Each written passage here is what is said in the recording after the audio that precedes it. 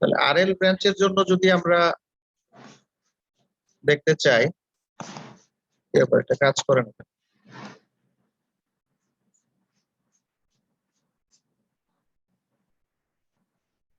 ও আচ্ছা সরি একটু দাঁড়াও একটু তাহলে একটা সাপ্লাই আছে একটা আর একটা এল তাহলে V is equal to R I L D I by D T কারণ কি রেজিস্টারের অ্যাক্রসে ভোল্টেজ আর ইন্ডাক্টরের অ্যাক্রসে ভোল্টেজ এই দুইটা যদি আমি যোগ করি তাহলে ইনপুটের ভোল্টেজটা পাবো এখানে রেফারেন্স হিসেবে ইনপুটের ভোল্টেজটাকে নেওয়া হয়েছে ভিএম সাইন ওমেগা টি ঠিক আছে এখন আমার টার্গেট কি এখন টার্গেট হচ্ছে যে আমাকে ইম্পিডেন্সটা বের করতে হবে তাই না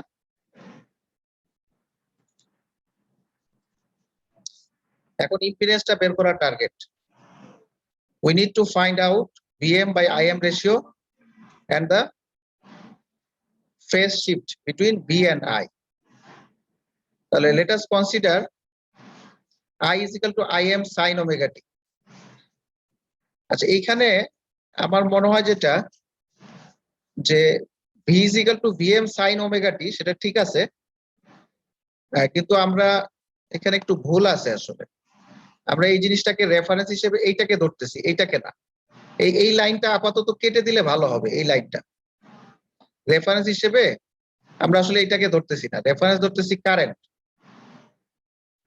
সুতরাং এই লাইনটা যদি আমরা কেটে দেই এটাকেও রেফারেন্স ধরা যায় ধরা যাবে না তা না কিন্তু আপাতত আমরা এটাকে তো রেফারেন্স ধরতেছি না বুঝছো রেফারেন্স ধরতেছি কোনটাকে আইটাকে ধরতেছি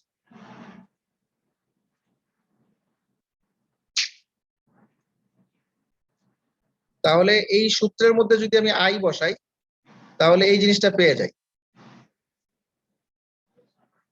এখন খেয়াল করে দেখো এখানে একটু জিনিসটা এখানে একটা ম্যাথমেটিক্যাল অপারেশন আছে mathematical operation let us consider R I M এবং omega L I M as the two right angles of একটা ট্রায়াঙ্গেলের ক্ষেত্রে দেখো এটা যদি একটা ট্রায়াঙ্গেল হয় আর আই এম আর এক্সেল আই এম এই দুইটাকে যদি আমি একটা ট্রায়াঙ্গেলের রাইট অ্যাঙ্গেল চিন্তা করি তাহলে এখানে R square plus omega L square এটা দিয়ে যদি আমি উভয় পক্ষকে ভাগ করি এই যে ইকুয়েশনটা আছে না এই ইকুয়েশনটা এইটাকে যদি আমি ভাগ করি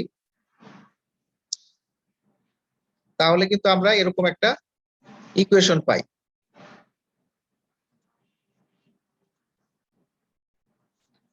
আমি মনে করো আর আই এম এটাকে যদি আমি ভূমি ধরি আর একটা হচ্ছে ওমেগা এল অর্থাৎ এক্সেল আই এম এটাকে যদি আমি লম্ব ধরি তাহলে কি পাবো অতিভুজ হচ্ছে এটা না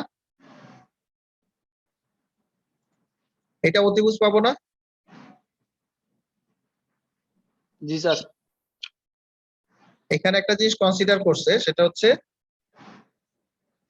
এইটা হচ্ছে ভূমি আর এটা হচ্ছে লম্ব তাহলে অতিভুজ হবে এটা তাহলে আমি উভয় পক্ষকে অতিভুজ দিয়ে ভাগ করলাম অতিভুজ দিয়ে ভাগ করার কারণে দেখো কি পাচ্ছি আমি দেখো এটা পাচ্ছি কি ভূমি বাই অতিভুজ তাহলে ভূমি বাই অতিভুজ কি হবে cos থিটা এটা থিটা না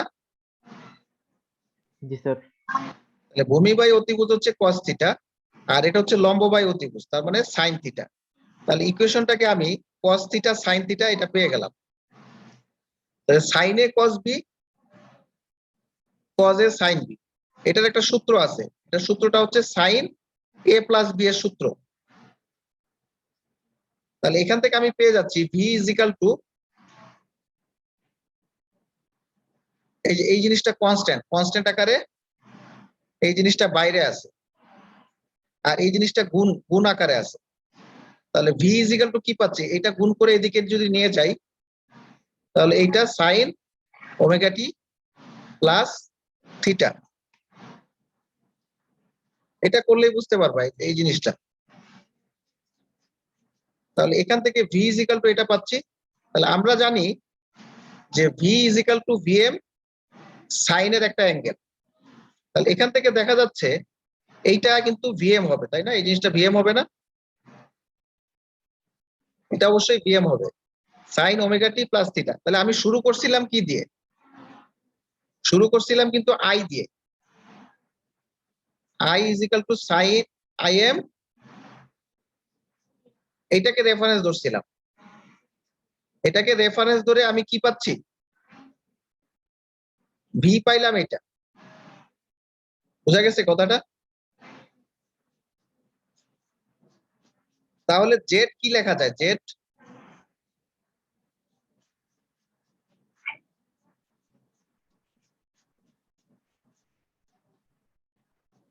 ভি বাই আই। খেয়াল করো, এদিকে তাকাও, এদিকে দেখো, ভালো মতো খেয়াল করো। আই এম জেড,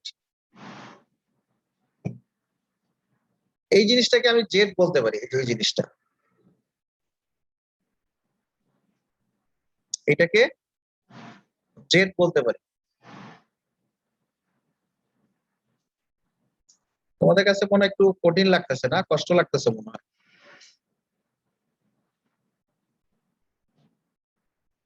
এটাকে জেড কেন ধরলাম? স্যার তখন জেড জেড কাটা চলে যাবে না?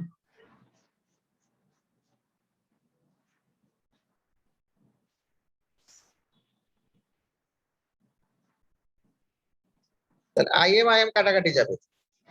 এই জিনিসটাকে কিন্তু জেড লেখা হয়েছে, খেয়াল করো। এটা অবশ্যই জেড হবে। জেড বলতে জেড এর মানটা আর কি, বুঝছো? তাহলে এটা কিন্তু জেড এর মান।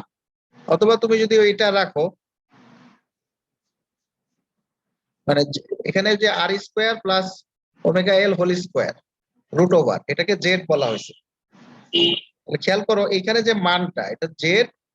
আর অ্যাঙ্গেল কত? এখানে উপরে থিটা আর নিচে 0। তাহলে জেড থিটা হবে না এখানে? জি স্যার। জেড এর অ্যাঙ্গেলটা কিন্তু থিটা এখানে। তার মানে ভোল্টেজ লিড করতেছে এখানে। যখন ভোল্টেজ লিড করবে তখন কিন্তু এই অ্যাঙ্গেলটা পজিটিভ হবে, এই অ্যাঙ্গেলটা পজিটিভ হবে। তাহলে আমরা দেখতেছি একটা ইন্ডাকটিভ সার্কিটের জেড পজিটিভ, ইন্ডাকটিভ সার্কিটের জেড পজিটিভ। এই সূত্রটা সবসময় মনে রাখার চেষ্টা করবে। এই যে এই সূত্রটা, এই যে এটা একদম এখন থেকে শুরু করে জীবনের শেষ পর্যন্ত মুখস্থ রাখতে হবে। স্যার এটা কি আরএল সার্কিটের জন্য ফেজের রিপ্রেজেন্টেশন? হ্যাঁ হ্যাঁ হ্যাঁ, এক্স্যাক্টলি তাই। আরএল সার্কিটের জন্য সূত্রটা কিন্তু খুব কঠিন না, মানে তোমার হয়তো প্রথম দেখে কঠিন মনে হচ্ছে, কিন্তু একদম সহজ সূত্র, একদম সহজ সূত্র। কেন সহজ দেখা একটু।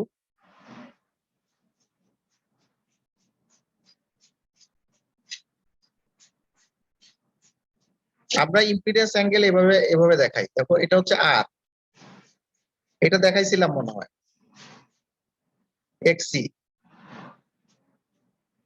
এটা হচ্ছে এক্সেল, এটা হচ্ছে এক্সেল মাইনাস এক্সি। এই দুইটা যোগ করলে কি আসে?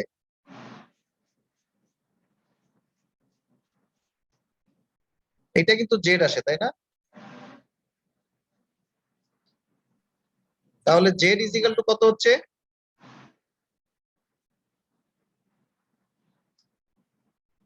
এটা হচ্ছে আরএলসি সার্কিটের জন্য। ও সরি, ভুল করছি।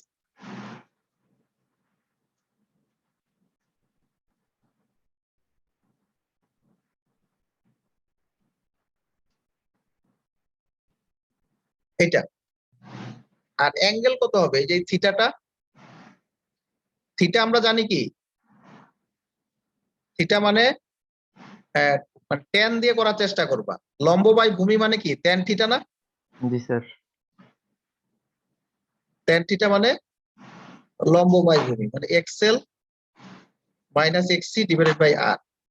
তাহলে এটা থিটা হবে tan inverse XL minus XC divided by R.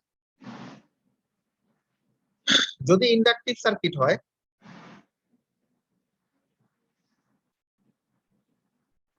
তাহলে এটা আর, এটা হচ্ছে এক্সেল। তাহলে এই দুইটার লব্ধি কি হবে? জেড হবে না? জি স্যার। এই দুইটার লব্ধি যদি চিন্তা করি, তাহলে এইটা হবে জেড। আমরা অনেক সময় এটা এইভাবে লিখি, দেখো খেয়াল করো, জেড আর এল, এটা is equal to R square plus XL square root over. আর এটা হচ্ছে থিটা, খেয়াল করো, আর এটা হচ্ছে এক্সেল। তাহলে একইভাবে আমি যদি ট্যান থিটা চিন্তা করি, তাহলে লম্ব বাই ভূমি, তাহলে থিটা হবে কি? Tan inverse XL divided by R. ঠিক আছে না? জি স্যার। আর যদি এটা ক্যাপাসিটিভ সার্কিট হয়, এখানে আর, এটা এক্সসি, ঠিক একইভাবে এটাও এক্সসি, এটা জেড, জেড আর সি বলতে পারো। তাহলে আমি লিখতে পারি এখানে থিটা অ্যাঙ্গেলটা আসলে নেগেটিভ, তাহলে আমি বলতে পারি Z R C is equal to, মানটা কিন্তু নেগেটিভ হবে না, এক্স। আর থিটা কি হবে? থিটা লম্ব বাই ভূমি। দেখো এখানে খেয়াল করো, আমি লম্বটাকে যদি মাইনাস ধরি, তাহলে কিন্তু থিটাটা নেগেটিভ চলে আসতেছে। বুঝতে পারছো কথাটা? জি স্যার।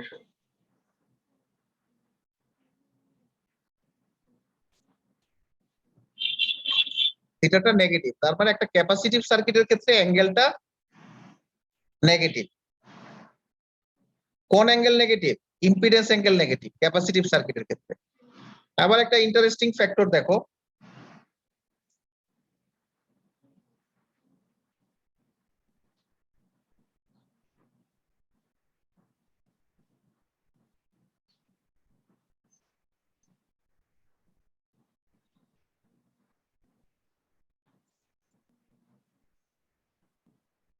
এখন এইখানে যদি তুমি এক্সিটাকে জিরো বসাও, তাহলে এটা কিন্তু একটা ইন্ডাকটিভ সার্কিট হয়ে যায়, তাই না? এক্সি এটা যদি জিরো বসাও,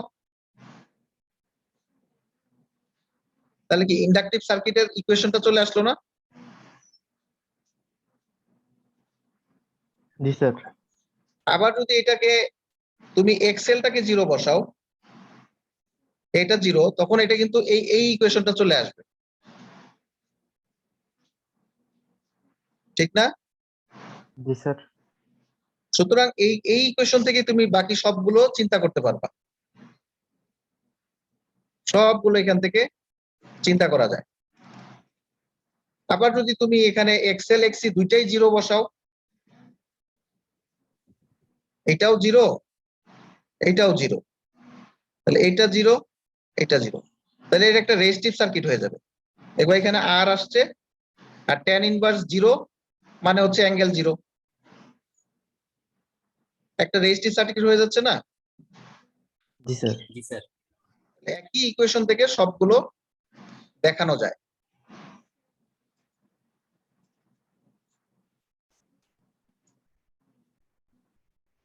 তাহলে এটা একটু দেখবা। একইভাবে যদি আমি ইনস্ট্যান্টেনিয়াস পাওয়ারের ক্ষেত্রে, এই যে আমি কারেন্টটা এটা ধরছিলাম কিন্তু সাইনোমেটিক ওমেগাটি, কারেন্টটাকে রেফারেন্স ধরছিলাম, আর ভোল্টেজ আসছে এইটা। তাহলে এই অনুযায়ী যদি তুমি প্লট করো, তাহলে এই যে পাওয়ারে খেয়াল করো, এটা একটা ইম্পর্টেন্ট জিনিস, এখান থেকে কোশ্চেন থাকে নরমালি। পাওয়ারের ওয়েভটা খেয়াল করো কি আসতেছে, দেখো এটা একটা কনস্ট্যান্ট, এটা কিন্তু কনস্ট্যান্ট, তোমরা বুঝতেছো কিনা জানি না, এটা কিন্তু একটা কনস্ট্যান্ট কস থিটা, এটা কিন্তু কনস্ট্যান্ট, এটা ভেরিয়েবল না। এই ওমেগা টি থাকলে ভেরিয়েবল, কিন্তু কস থিটা কিন্তু কনস্ট্যান্ট। কারণ কি থিটা কনস্ট্যান্ট কেন বলো তো দেখি? কস থিটা কনস্ট্যান্ট কেন? স্যার এখানে থিটাটা তো ফেজ শিফট নির্দেশ করতেছে, তো তো হ্যাঁ রিসিভ যেটা থাকে সেটা তো থ্রু হ্যাঁ সেম কনস্ট্যান্ট থাকে, বাট কনস্ট্যান্ট ওমেগাটা তো অ্যাঙ্গুলার ভেলোসিটি, ওই জন্য এটা বাড়ে কমে, ওই জন্য এটা জি ভ্যারিয়েবল। জি, কারণ হচ্ছে থিটাটা হচ্ছে একটা constant, tan inverse XL minus XC divided by R, এই কারণে এটা একটা কনস্ট্যান্ট, তার মানে cos থিটাও কনস্ট্যান্ট। তাহলে এইখানে প্রথম ভ্যালুটা কিন্তু কনস্ট্যান্ট, খেয়াল করে দেখো, আর এইগুলো কিন্তু ভেরিয়েবল, এটাও ভেরিয়েবল এটাও ভেরিয়েবল, তাহলে এই দুইটার এভারেজ জিরো হবে না? এই অংশটার এভারেজ তো জিরো নাকি? জি স্যার। আমরা সাইনোসয়েডাল ওয়েভের এভারেজ কিন্তু জিরো জানি একটা পুরা টাইম পিরিয়ডে, তাহলে এই যে পুরা ইকুয়েশনটা, এই ইকুয়েশনটার এভারেজ হবে এই অংশটা। বুঝো নাই কথাটা? কোন একটা ওয়েভ, মনে করো এটা একটা ওয়েভ, মনে করো ভি, আমি বললাম 5 plus 10 sign omega T minus 5 কস টুয়াইস ওমেগা টি, এরকম যত ওয়েভই লিখি না কেন 6 সাইন ওমেগা টি, এভারেজ কত হবে? 0. 5 5, এই যে কনস্ট্যান্ট, এই যে 5 হবে। Sorry, sir. এই অংশটা জিরো হবে, এই যে এই অংশগুলো যতগুলো লিখছি সবগুলোর এভারেজ জিরো। এই পুরাটাকে যদি একটা ওয়েভ ধরি, এই পুরাটাকে যদি একটা ওয়েভ ধরি, তাহলে এভারেজ হবে এই যে কনস্ট্যান্ট যেটা আছে সেটাই। বুঝছো কথাটা? জি স্যার, বুঝছি। এটা মনে রাখার চেষ্টা করবা। তাহলে এই যে এখানে ওয়েভটা দেখানো হয়েছে, দেখো এই যে ওয়েভ, তাহলে আমরা এখানে আইটাকে কিন্তু রেফারেন্স ধরছিলাম, মনে আছে কিনা? ক্যালকুলেশনের শুরুতে আইটাকে রেফারেন্স ধরছিলাম, এই যে আই, আর ভিটা ল্যাগ করছে, তার মানে এটা ক্যাপাসিটিভ সার্কিট। আর পাওয়ারটা কিন্তু ভেরিয়েবল, দেখো পাওয়ার ভেরিয়েবল, কিন্তু এটার এভারেজ কিন্তু একটা কনস্ট্যান্ট, পাওয়ারটা কিন্তু ভেরিয়েবল, এটা এটা বুঝতে হবে তোমাকে। সরি, আমি ভুল লাগতেছি, আরেক ওয়েভে চলে গেছি। পাওয়ারটা তোমার এই যে এখান থেকে শুরু করে এই যেটা, এটাকে কি বলে জানো? এই যে নীল যে কার্ভটা, এটাকে কি বলে?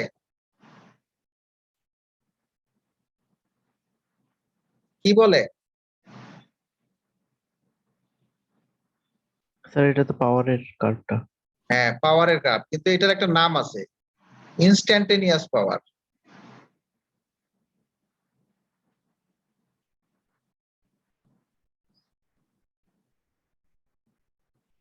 এখন কয়েক ধরনের পাওয়ারের কথা বলবো, কি ইনস্ট্যান্টেনিয়াস পাওয়ার, আর যদি আমি বলি এভারেজ পাওয়ার, তখন বলবো এটা। বুঝছো কথাটা? জি স্যার।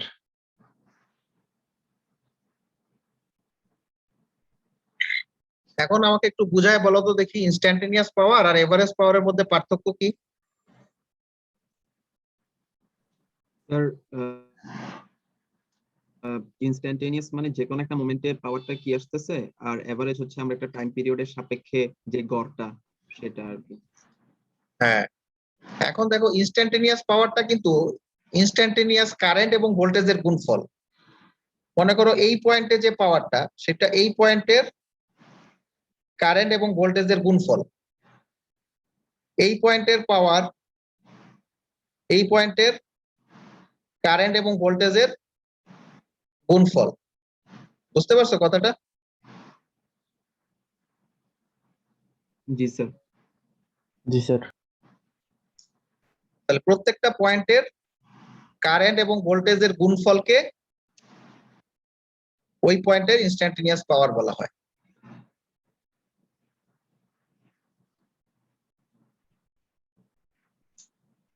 বা পাওয়ারের এই ইকুয়েশনের মধ্যে যদি তুমি বসাও, তাহলেও ইনস্ট্যান্টেনিয়াস পাওয়ার পাবা, যে কোনো একটা টাইমে যদি তুমি বসাও, তাহলে তুমি ওইটা পেয়ে যাবে।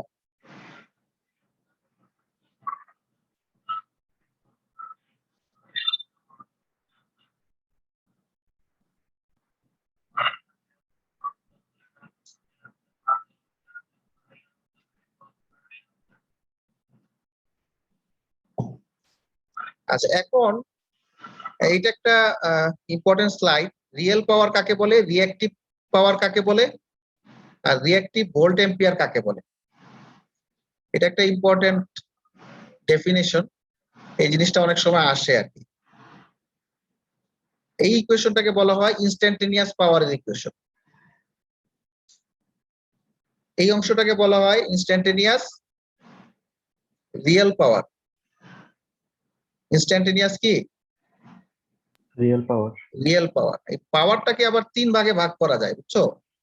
এই পাওয়ারের অংশটাকে 3 ভাগে ভাগ করা যায়। যেমন ধরো এইটা একটা অংশ, এটা একটা অংশ, 3টা অংশ না?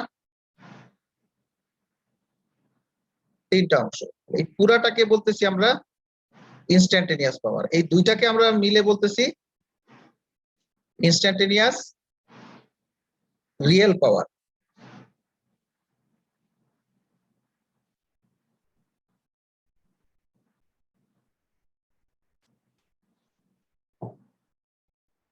এটা কেন রিয়েল পাওয়ার বললাম? কারণ দিস টু টার্ম, দেখো কথাটা শোনো, this two terms contains no negative value, hence is called instantaneous real power. এখানে কোনো নেগেটিভ ভ্যালু নাই এই টার্মটার মধ্যে, এই পুরো টার্মটার মধ্যে নেগেটিভ ভ্যালু নাই। খেয়াল করলে বুঝতে পারবা।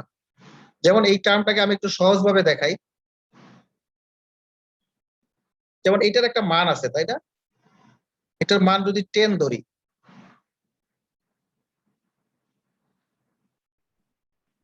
এটাও তো 10, তাই না?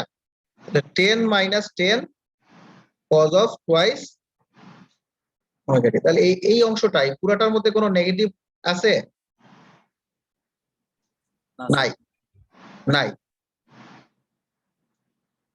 ধরো এই অংশটার মান যদি 1 হয়, এইটার মান যদি 1 হয়, তাহলে ম্যাক্সিমাম মানে সবচেয়ে কম ভ্যালু যেটা 0 আসতে পারে। 0 আসতে পারে, কিন্তু নেগেটিভ কোনো ভ্যালু নাই। তুমি টি এর মান যাই বসাও না কেন, এই অংশটা নেগেটিভ কখনোই আসবে না। আসবে? না স্যার।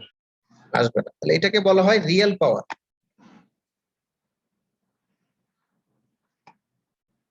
তাহলে রিয়েল পাওয়ার অথবা এভারেজ রিয়েল পাওয়ার।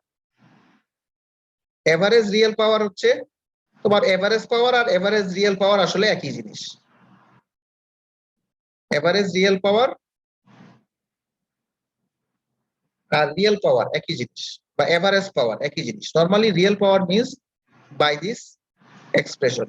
আরেকটা হচ্ছে instantaneous reactive power or instantaneous quadrature power or reactive volt ampere. এটাকে বলা হয় রিঅ্যাক্টিভ পাওয়ার। যে সাইন থিটা অংশ যেটা থাকে, এটাকে বলা হয় রিঅ্যাক্টিভ পাওয়ার। সাইন টুয়াইস ওমেগা টি, এটাকে বলা হয় reactive power. If it is not mentioned as instantaneous reactive power or reactive average reactive power, it is generally considered as Vm/2 sin theta.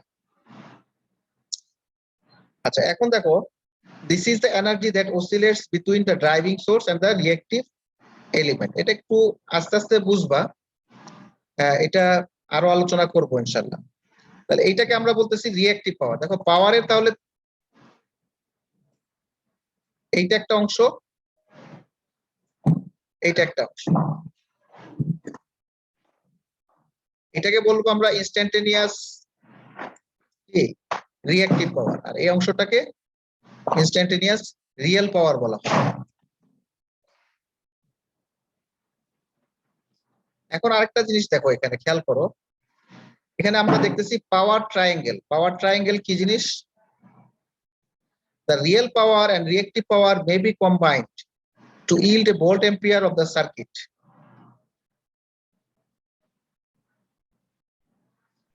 যেমন Vm/2 cos theta আর Vm/2 sin theta। এটাকে এটাকে বলতেছি real power component, এটাকে বলতেছি reactive পাওয়ার component. এই দুইটা যদি আমি যোগ করি তাহলে আসে volt ampere. Relation of power, reactive volt ampere and real volt ampere.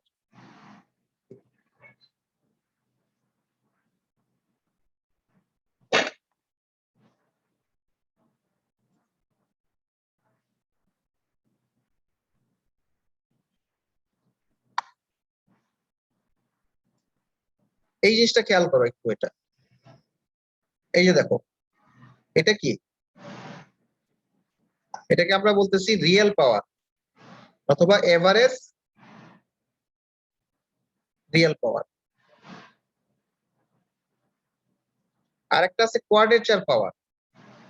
Quadrature power, if it is not mentioned as instantaneous reactive power or average reactive power, it is generally considered as এইটা। তোমাকে যদি reactive পাওয়ার বলে তাহলে তোমাকে বলতে হবে Vm Im/2 sin theta.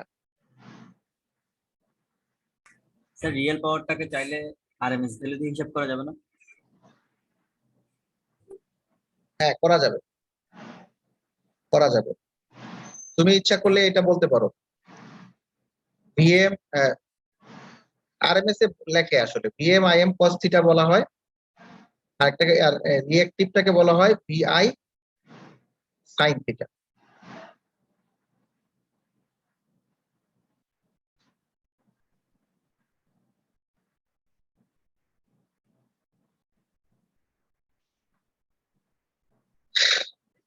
তাহলে এখানে VI cos থিটা যেটা, এটাকে আমরা বলি রিয়েল পাওয়ার আর এটাকে বলি রিঅ্যাক্টিভ পাওয়ার। নাম দেওয়া হয় রিয়েল পাওয়ার আর রিঅ্যাক্টিভ পাওয়ার।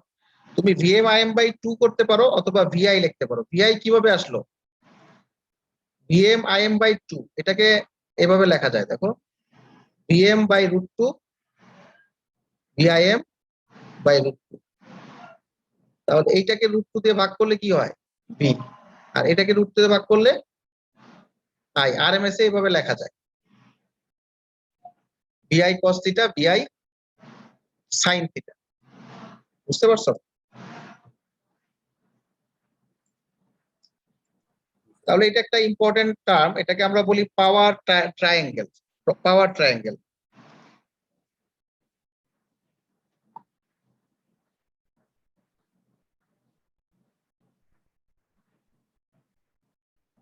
এখানে আর কিছু নাই। এখানে আরেকটা জিনিস একটু দেখানো যাইতো, সেটা হচ্ছে এই যে পাওয়ার ট্রায়াঙ্গেল আছে না, আমরা অনেক সময় এভাবে বলি, এটাকে বলি VI, এটাকে বলি P, এটাকে বলি S।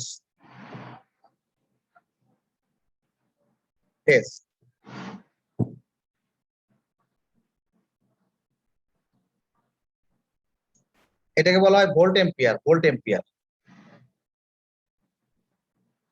তাহলে VI cos থিটা, এটা স্কোয়ার, ও সরি ভুল বলছি, এটা কিউ এটা এস, এভাবে বলা হয়, বুঝছো? VI is equal to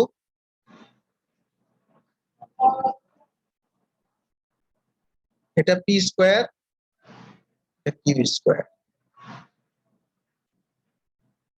S square. S is equal to √ওভার কিউ স্কোয়ার। এটা অনেক সময় এভাবে আমরা বলি। তাহলে পিটাকে বলা হয় রিয়েল পাওয়ার, কিউটাকে বলা হয় রিঅ্যাক্টিভ পাওয়ার অথবা reactive volt ampere. Real power এটা হচ্ছে রিঅ্যাক্টিভ পাওয়ার। বুঝতে পারছো?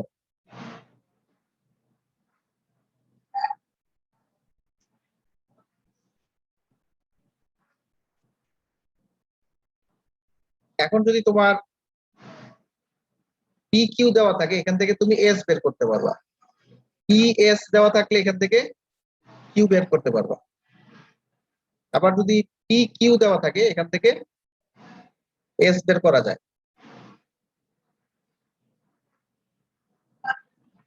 এস কিউ দেওয়া থাকলে এখান থেকে পি বের করা যায়। বের করা যাবে না? স্যার যাবে। পাওয়ার ট্রায়াঙ্গেল তো, পাওয়ার ট্রায়াঙ্গেল যেহেতু, সেহেতু এটা বের করা যাবে।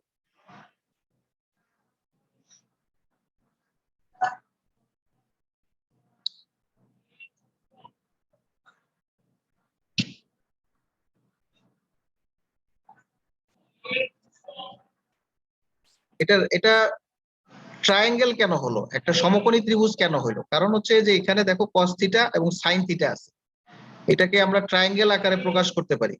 এটা রিলেশনটা ট্রায়াঙ্গেল দিয়ে এক্সপ্রেস করা সম্ভব। আচ্ছা, এখন যদি আরএলসি ব্রাঞ্চ হয়, ঠিক একইভাবে তুমি কাজটা করতে পারবা। একইভাবে আইটাকে যদি ধরে নাও I M sine omega T, I is equal to I M sine omega T, তাহলে এখান থেকে একইভাবে V is equal to R I L DI DT, এবং এই যে V R is equal to R I, এটা এক্সপ্রেশন দেখা যায়। এবং এল এর ক্ষেত্রে এল ডিআই ডিটি, এবং ভিসির ক্ষেত্রে যে আইটা তোমার ইন্টিগ্রেশন হিসেবে আসবে, তাই না? এখানে আই এর মানটা বসাইলে তুমি ভিসিটা পেয়ে যাবে। তাহলে এই তিনটা যোগ করলে ভি পাইলা। এখন কিভাবে এটাকে সলভ করবা? সলভ করার জন্য ওই আবার সেই পাওয়ার ট্রায়াঙ্গেলে চলে যেতে হবে। পাওয়ার ট্রায়াঙ্গেলে চলে যেতে হবে। যেমন এটা হচ্ছে এক্সেল আর এটা কি এক্সি, তাই না?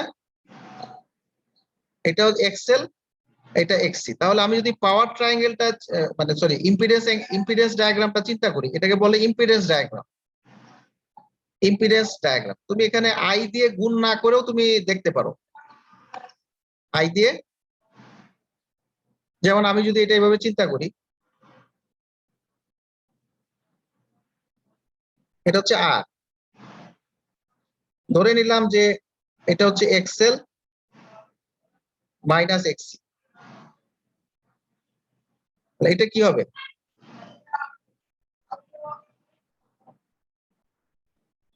আর স্কোয়ার প্লাস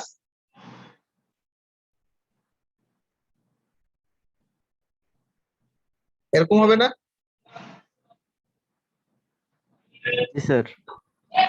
উভয় পক্ষকে তুমি যদি এটা দিয়ে ভাগ করে দাও, তাহলে ডেরিভেশনটা হয়ে যাবে। এখানে উভয় পক্ষকে ওইটা দিয়ে ভাগ করছে, ভাগ করে তোমার ওইটা এখানে মনে হয় শর্টকাটে দেখাইছে। শর্টকাটে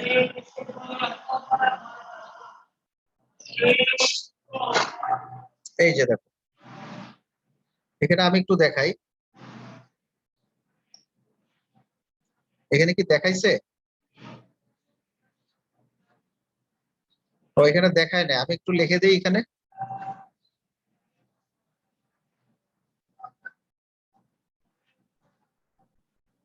ও এখানে তো দেখি একটু বাদ পড়ছে, লেখেন লেখে নাই।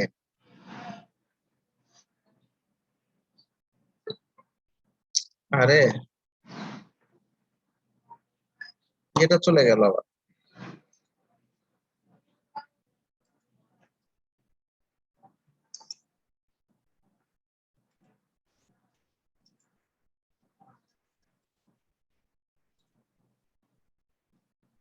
এই ক্যালকুলেশনটাতে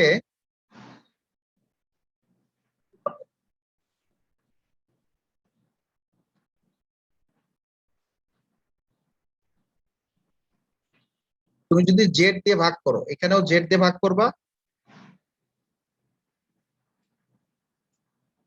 এই যে জেড দিয়ে ভাগ করো ওই আগেরটার মতো, তখন কি হবে? আর বাই জেড কত বলো তো দেখি? আর বাই জেড, এই যে আর, এটা তো জেড, তাই না? আর মানে হচ্ছে ভূমি, আর জেড কি? অতিভুজ। তাহলে ভূমি বাই অতিভুজ কত?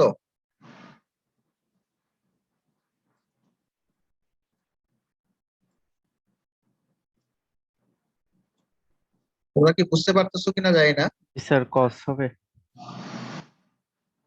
এখানে ক্যালকুলেশনটা পরিপূর্ণভাবে দেখায় নাই।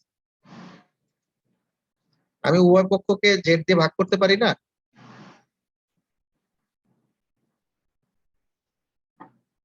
আর বাই জেড কিন্তু কস থিটা।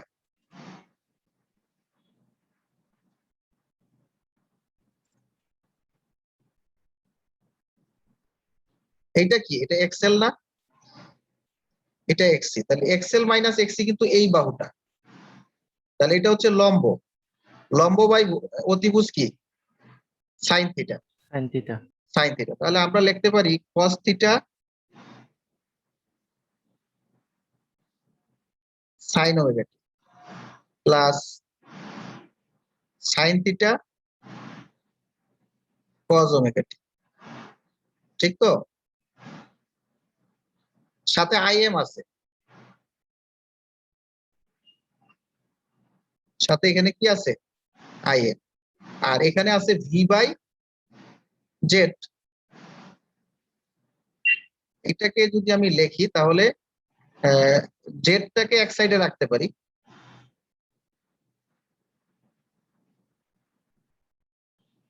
আচ্ছা এটা এইভাবে রাখি, আইএম তাহলে সাইনে কস B,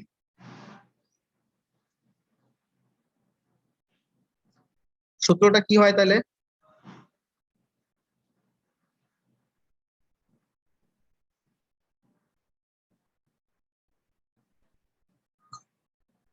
sign omega T plus theta হচ্ছে না, তাহলে ভি বাই জেড।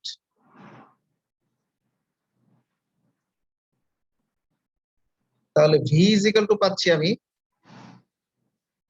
দেখো জেড আইএম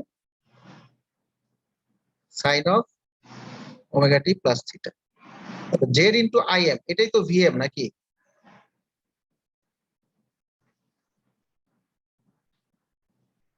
ঠিক আছে, তাহলে আমি শুরু করছিলাম কি দিয়ে?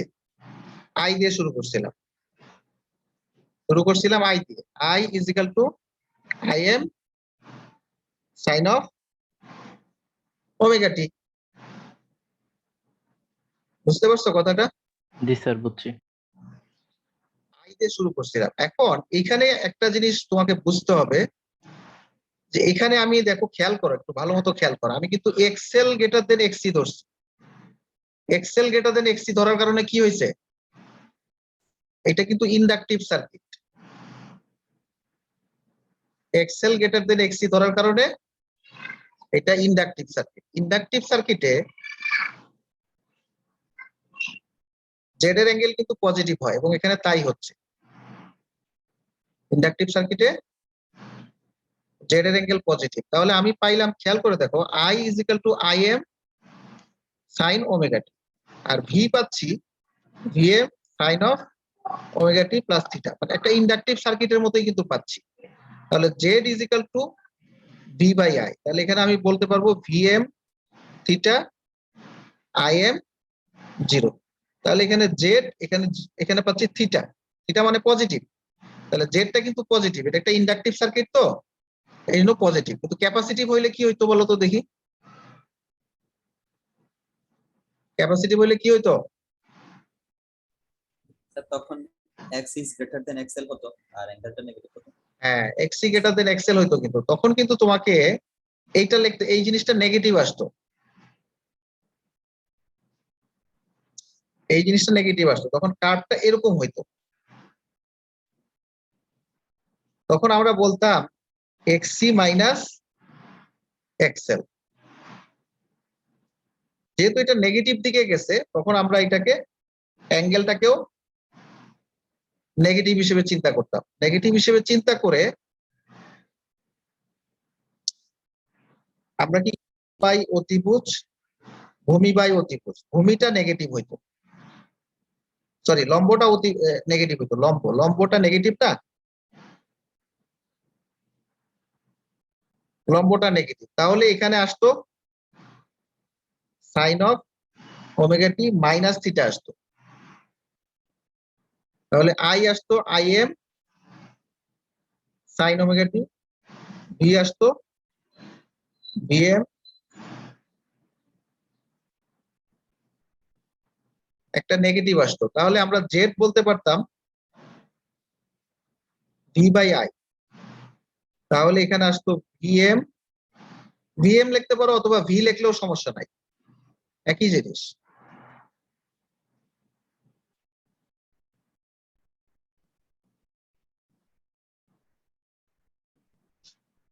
অ্যাঙ্গেল কিন্তু নেগেটিভও আসতে পারে পজিটিভও আসতে পারে, এটা নির্ভর করে এক্সি বড় নাকি এক্সেল বড়।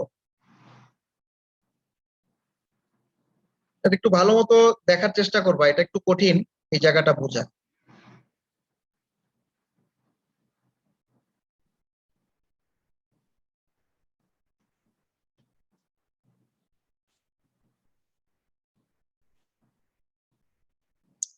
এই সূত্রটা কিন্তু ফিক্সড, এটা মুখস্থ রাখার চেষ্টা করবো। এটা RLC equation to RL or C impedance conversion. যেমন ধরো এটা হচ্ছে মেইন ইকুয়েশন, এখন এই ইকুয়েশনে যদি L টা 0 হয়, L 0 হলে এটা একটা RC সার্কিটে পরিণত হবে, C 0 হলে এটা একটা RL সার্কিটে পরিণত হবে।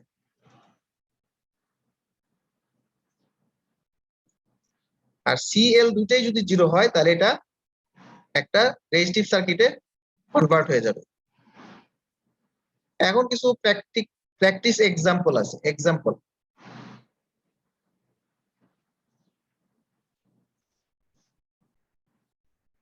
এগুলো খুব সহজ, প্রথম দিকের গুলো।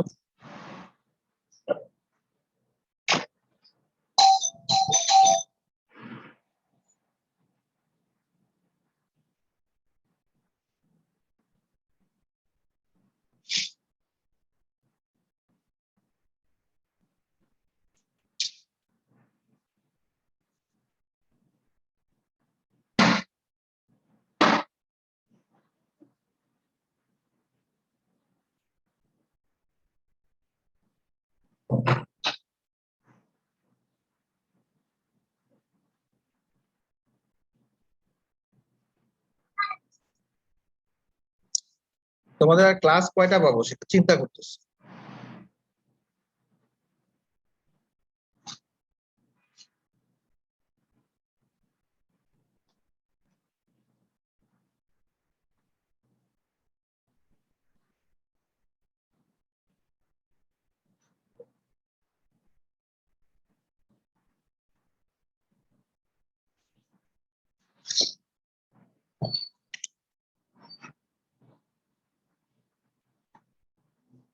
এই অঙ্কগুলো সহজ, এটা দেখাই। The voltage across the resistor is indicated. Find the sinusoidal expression for the current if the resistor is 10 ohm. Sketch the curve for V and I. যেমন এখানে কি দেওয়া আছে, ভোল্টেজ দেওয়া আছে V, এতে দেখো V দেওয়া আছে আর কি দেওয়া আছে, R দেওয়া আছে, তাহলে I বের করতে পারবো না?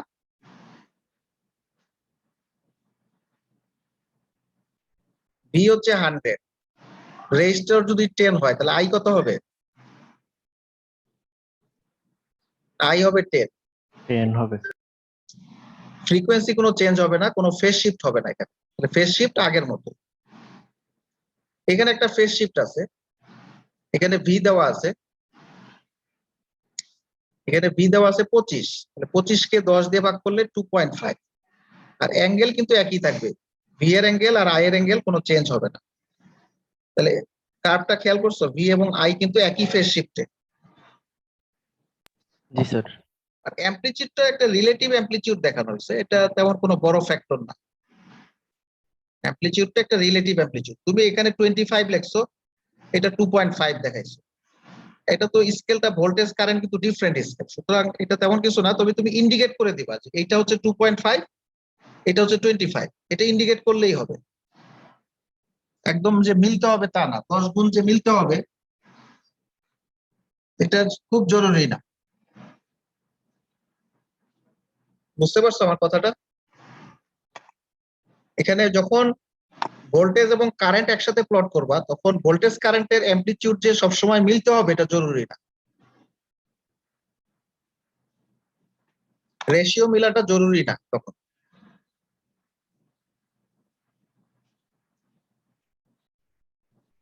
এগুলো তোমরা একটু প্র্যাকটিস করবা বাসায়, এটা কিন্তু পারার কথা।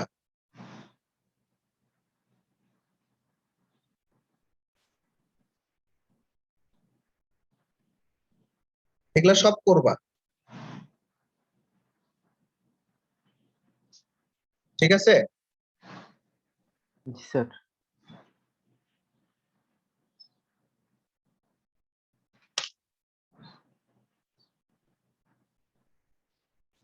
পারবা না এটা? দেখো তো,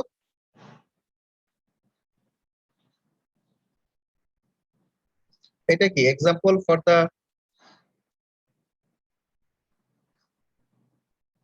এইগুলো একটু করা দরকার।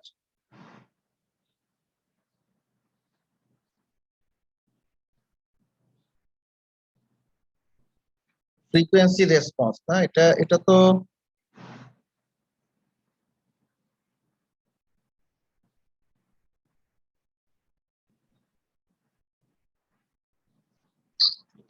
এগুলো কিন্তু এক্সাম্পল, যদিও এগুলো করে দেওয়া আছে।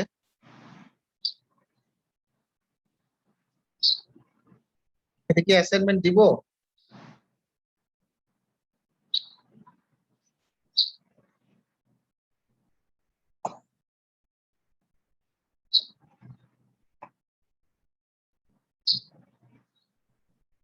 এটা অ্যাসাইনমেন্ট হিসেবে করে ফেলো, কারণ কি এই অ্যাসাইনমেন্ট না দিলে তো করবা না। এটা করতে খুব বেশি হলে আধা ঘন্টা লাগবে। মানে কেউ যদি এক্সাম্পলটা দেখেও করো তাও আধা ঘন্টা সময় লাগবে। আমি আশা করবো তোমরা বুঝে করার চেষ্টা করবে।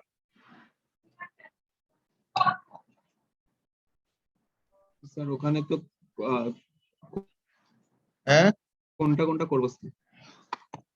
এই দুইটা স্লাইড একটু করো, এই যে দুইটা, এইটা আর এটা।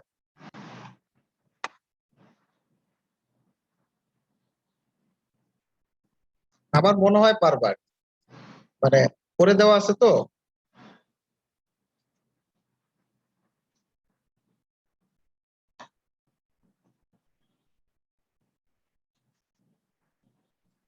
আচ্ছা এখন একটু করতে দিব, এখন করবা? একটা একটা করতে দিই একটা।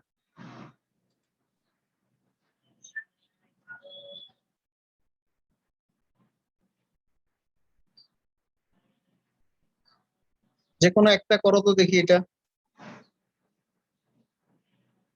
কোনটা করবা?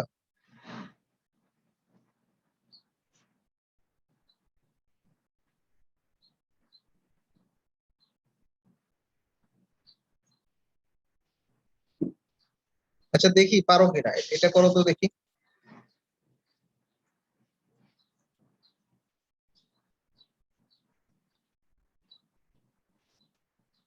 এটা যদি 70 জায়গায় 60 থাকে,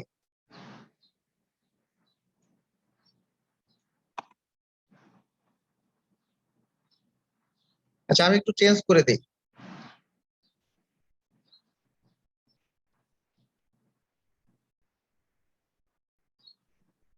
0.2 হেনরি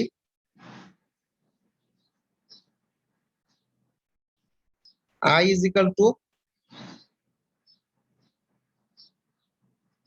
10 sin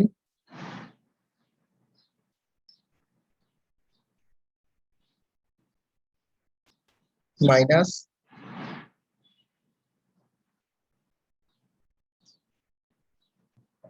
ভোল্টেজ লিড করে দেবো, তাই না?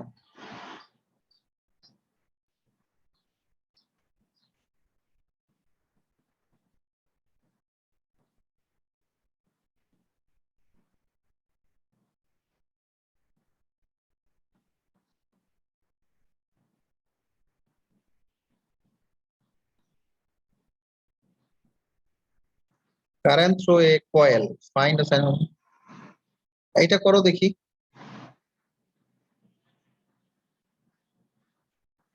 কোশ্চেন এইটাই।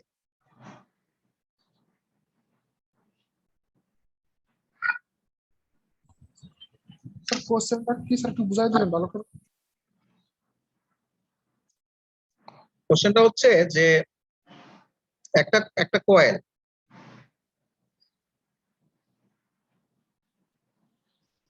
একটা ইন্ডাক্টর কয়েল আছে। ইন্ডাক্টর কয়েলের যে কারেন্ট, এই কারেন্টটা দেওয়া আছে, হ্যাঁ, আই,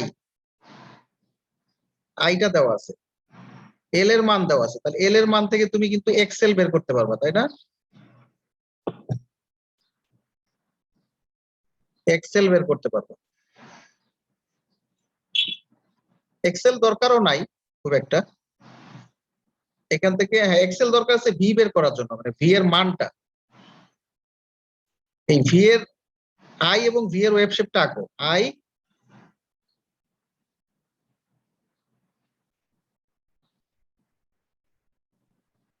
আই ভি এর ওয়েভ শেপটা আঁকো, আর ভিটা বের করো, ভি কত হবে। যাও এটা যদি করতে পারো একটা ক্লাস টেস্ট যাও।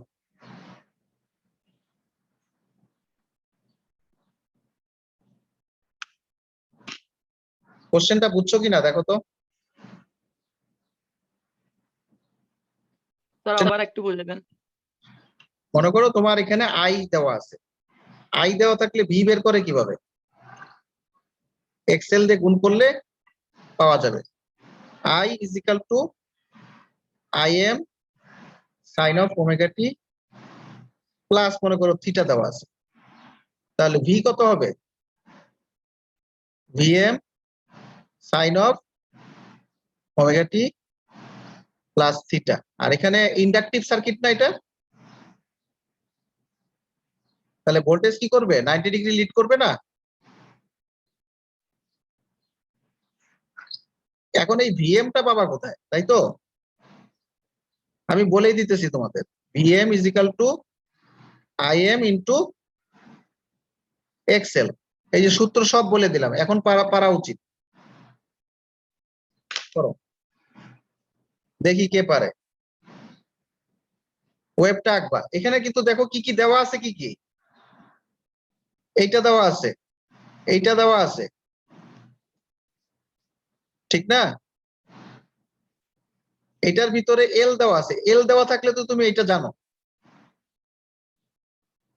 এখন বাকিগুলো বের করে নাও। যাও 15 মিনিট টাইম করো, পারলে 5 মিনিট লাগবে না, যদি পারো 5 মিনিটও লাগবে না। এরপরে ওয়েব শেপটা আঁকতে হবে, একটু ট্রাই করো, না পারলে করে দিব। আর কেউ পারলে তাকে একটা ক্লাস টেস্টের মার্ক দেবে।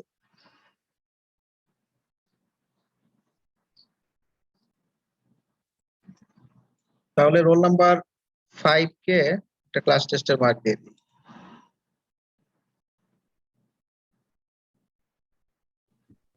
Thank you sir. Roll number 5 এখানে দিলেও হয়, যে কোনো একটা। আগে কে পাইছিল জানি? 26।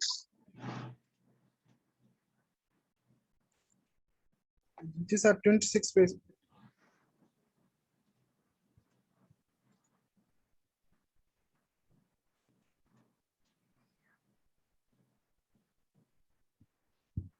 একটু গ্রিন করে রাখ।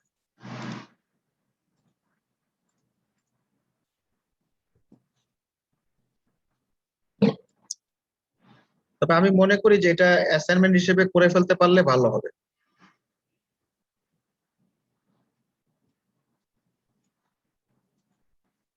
আমি এটা অ্যাসাইনমেন্ট হিসেবে অ্যাড করে দিই, যাতে তোমরা এগুলো করে একটু প্র্যাকটিস করো। এটা কত নাম্বার পেজ? 81 আর 82। স্লাইডের পেজ 81 82। 14 2 2 3 6 2 3 14 2 14 3 14 5 14 6 আর কত 14 7।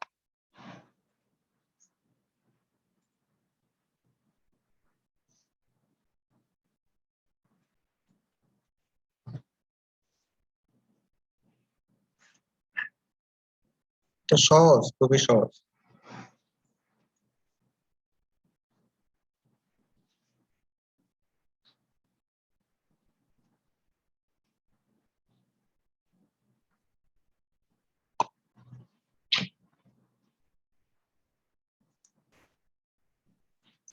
অ্যাসাইনমেন্ট 2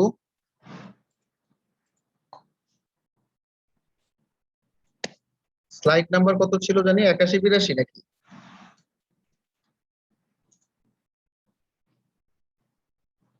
স্লাইডে পেজ নাম্বার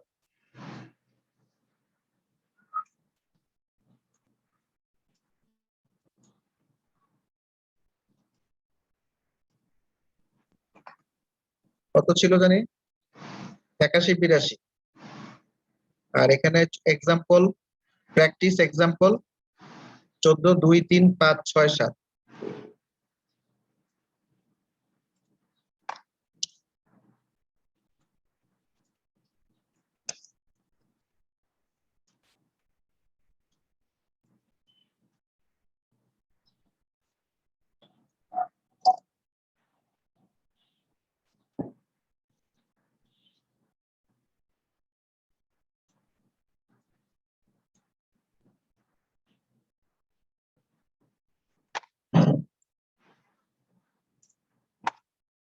আজকে কত তারিখ? আজকে হচ্ছে 6 তারিখ, বৃহস্পতিবার ডেডলাইন।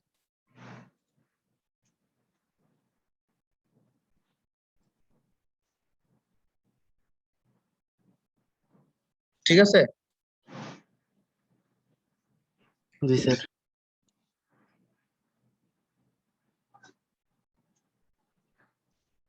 তোমাদেরকে একটা কথা বলি, সেটা হচ্ছে যে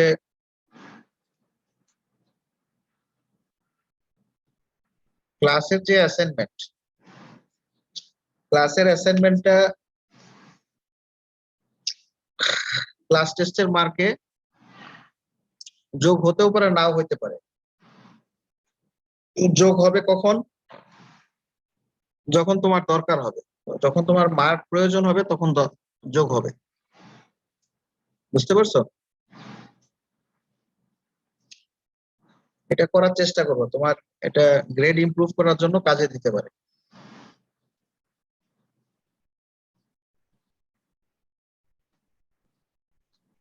যদি দেখি যে কোনো ছেলের 1-2 মার্কের জন্য কোনো সমস্যা হচ্ছে, তখন কাজে লাগতে পারে। এখন এই কারণে যদি তুমি ডিউ টাইমে সাবমিট করো, তোমার এটা একটা প্লাস পয়েন্ট হয়ে দাঁড়াবে।